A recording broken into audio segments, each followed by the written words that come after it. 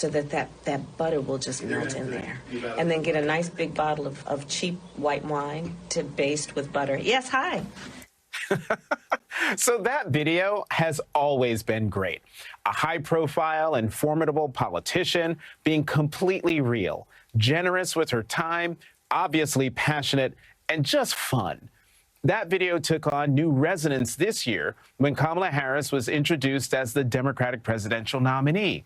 And that video made an off-season appearance during this presidential campaign, which I was reminded of today when I went to share it. Because after Vice President Kamala Harris destroyed Donald Trump in their first and only presidential debate, angry Trump fans started circulating that video as proof of a wild conspiracy about audio earrings. They couldn't process what they had seen, which was that Trump had just gotten TKO'd on the debate stage by a black woman.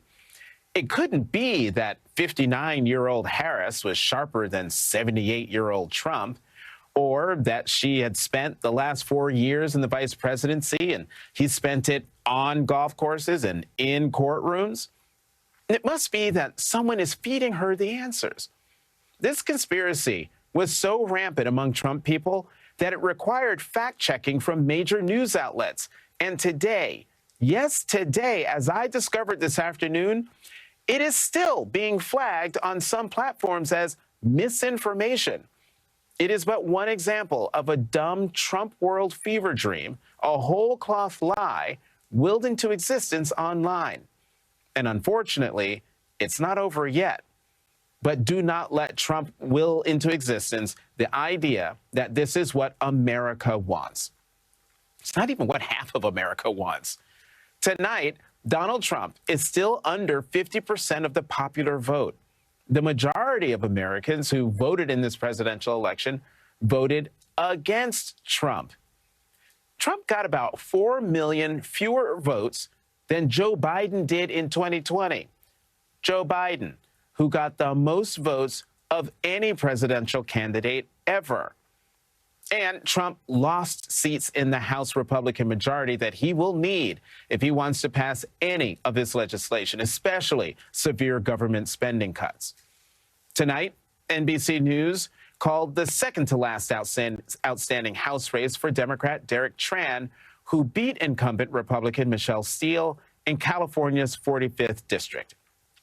And in the final outstanding House race of this election cycle, Democrat Adam Gray has taken the lead over the Republican in California's 13th district.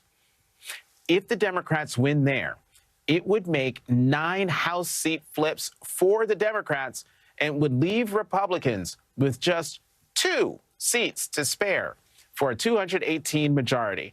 And that's before the House members tapped for Trump administration jobs resign their seats. Vice President Kamala Harris said this to supporters in a call last night. Let me just say to everyone on this call, I am so grateful for you, and I'm so thankful to you. I'm thankful for your love of our country and your willingness to put the work into it. I know this is an uncertain time. I'm clear-eyed about that. I know you're clear-eyed about it. And it feels heavy. And I just have to remind you, don't you ever let anybody take your power from you. You have the same power that you did before November 5th. And you have the same purpose that you did. And you have the same ability to engage and inspire. In the Louisville Courier-Journal, columnist Joe Girth wrote about what liberals can be thankful for ahead of a second Trump term. First and foremost, I'm thankful for term limits. The thought of 4 years of Trump and his inane and sometimes cruel policy decisions is bad enough. But at least the damage he can do to the country is limited by the 22nd Amendment to the U.S. Constitution that says a president can't be elected to more than 2 terms. I'm also thankful that it would take a 2/3 vote in the House and Senate and 3/4 of the states to change the U.S. Constitution to make a third Trump term possible. The column also makes the point that, basically, there's no guarantee Trump will succeed at any of it. Donald Trump is nearly done selecting the nominees for his cabinet and major administration posts. And let's be honest, this is not a slate that screams guaranteed success. Today, Donald Trump announced that he has chosen retired General Keith Kellogg to serve as his special envoy for Ukraine and Russia. NBC News reports, quote, Kellogg in April co-authored a policy paper obtained by NBC News outlining how he'd seek to end the war in Ukraine, including potentially conditioning U.S. military aid to Kyiv on their participation in peace talks with Russia. We know Trump's idea of peace talks is giving Putin parts of Ukraine, rewarding his illegal invasion of a sovereign neighbor. And yesterday, Trump selected businessman John Phelan as his pick to be Secretary of the Navy, whose main credentials for the job appear to be that he was a major donor to Donald Trump's campaign. Politico reports that, quote, Trump chose Phelan, who did not serve in the military and does not have a long track record with the Navy, after a round of interviews at Mar-a-Lago on Monday, according to one person familiar with the matter. Trump's pick of Phelan, after choosing former Fox News host Pete Hegseth to lead the Defense Department, is a sign that the incoming administration could prioritize disruptors coming into the agency instead of long-tenured bureaucrats. The seemingly quid pro quo pick would be leading headlines, except it's Trump. So it's not the worst, not by a long shot.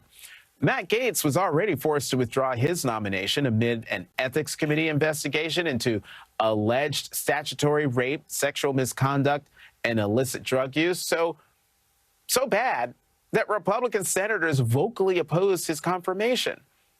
And there are several others who could face very tough confirmation fights ahead, including Pete Hegseth, the former Fox Weekend host who thinks women should not serve in the armed forces, and who was accused of sexual assault, though he wasn't charged, for Secretary of Defense. And Tulsi Gabbard, who has parroted Russian talking points for Director of National Intelligence. Secretary of Education picked Linda McMahon, the former WWE president and failed Senate candidate, will surely get a question about the child sex abuse lawsuit filed against her organization. But you might be asking, what does a wrestling executive know about education? She has a degree in French, but never worked as a teacher and spent a year on the Connecticut Board of Education. Running the government is real work. It's hard to understand because most people don't see the way government works. Would a hospital hand the scalpel to someone who once made a big donation to the hospital? No, that's not a surgeon. Would an NFL coach pick a player who had played a total of 1 year of football? Of course not. And as for the unorthodox picks, what happens if there's another health crisis like COVID? Remember the early days of COVID? ERs full, morgues on the streets, no vaccines, thousands of people dying every week. Do you really want Robert F. Kennedy Jr., a vaccine skeptic with no experience in health whatsoever and a worm on the brain, to be in charge of our health department during an emergency? We'll wait for the confirmation hearing, but it's possible the answer is no. We'll find out what Republican senators will tolerate. They drew the line at Matt Gaetz. Of course, many of the Trump picks will be confirmed. Then the disruptors will have to prove they can run a functional government. The deport them all people and fire them all people will have to do it, overcoming the logistical and legal obstacles, and also prove that it will make people's lives better. That was the promise, after all. So, when you consider all that, it's possible this is the high period for the second Trump term, because for the next 54 days, Trump can say whatever he wants on social media, and the country is still in the steady hands of Joe Biden and Kamala Harris. Joining us now, Democratic Congressman Eric Swalwell of California. He served as an impeachment manager in the second impeachment trial of Donald Trump and is suing Donald Trump over the January 6th attack. He is a member of the House Judiciary and Homeland Security Committees. Congressman Swalwell, great to see you. What is the Democratic mentality going into the second Trump term? Be purposeful. Don't waste our energy on every ball that he throws. I said this when Matt Gaetz was nominated. He's never going to be Attorney General. Just because he's a Trump lapdog doesn't mean we have to chase every ball Trump throws. Now, we're going into, we got to get back on the field because there are plays coming at us. And if we give up a single yard to Trump's Project 2025, people are going to get hurt and it's going to cost them a lot of money and a lot of pain. And some of those plays, of course, on the Senate side will be who is in charge of vaccines for our kids, who is going to keep peace in the world and our alliances, as well as who's going to be the Attorney General to make sure we have a rule of law. On the House side, Jonathan, the House can fence him in. We know what a tight margin House looks like. We just went through that, and we showed unity under Hakeem Jeffries while they showed chaos. And so our unity can beat back the Trump tax cuts that only benefit billionaires. Our unity can make sure that, we have an immigration plan that gets rid of violent offenders but recognizes the workforce crisis we have here in America. So we got to get back on the field because there's plays coming at us and we need to stay unified. So speaking of chaos, do you expect more chaos or less, more chaos and less legislating in the House than we saw in Trump's first term? So as you pointed out, we have 215 likely members going into this next Congress. They have to be perfect. And that's how we can really fence them in on the Trump tax cuts, because if you're a New York Republican and you just saw us wipe out 3 New York Republicans and flip seats there, you better not go to Congress and vote to get rid of the SALT deduction, the state and local tax deduction that Trump wants to get rid of for working families. And if you're a California Republican in a high-cost area and you just saw us pick off 3 Republican seats, you're going to be thinking the same way. So that's about 6 to 10 votes right there that are going to be very skeptical on those Trump tax cuts. And so we have to work to put pressure on those members and stay unified ourselves.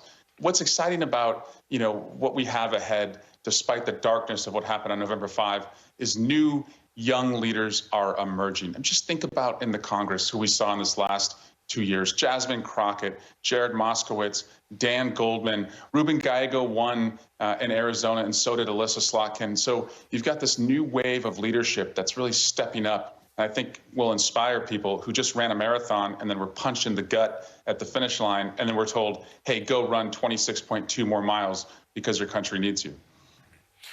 Trump's cabinet is nearly done. Congress, what do you think the American people can expect from this collection of loyalists and disruptors, given they have to work with Congress? So I'm a sports guy. I played college sports. And I remember before every big game, we had an image in the locker room leading up to the game, and that would fire us up. And it was usually, trash talking that the other side had thrown our way. And the image that is in my mind since election night is the Brolyarchy. Elon Musk, Dana White, Donald Trump sitting around a table at Mar-a-Lago, basically just carving up all of the good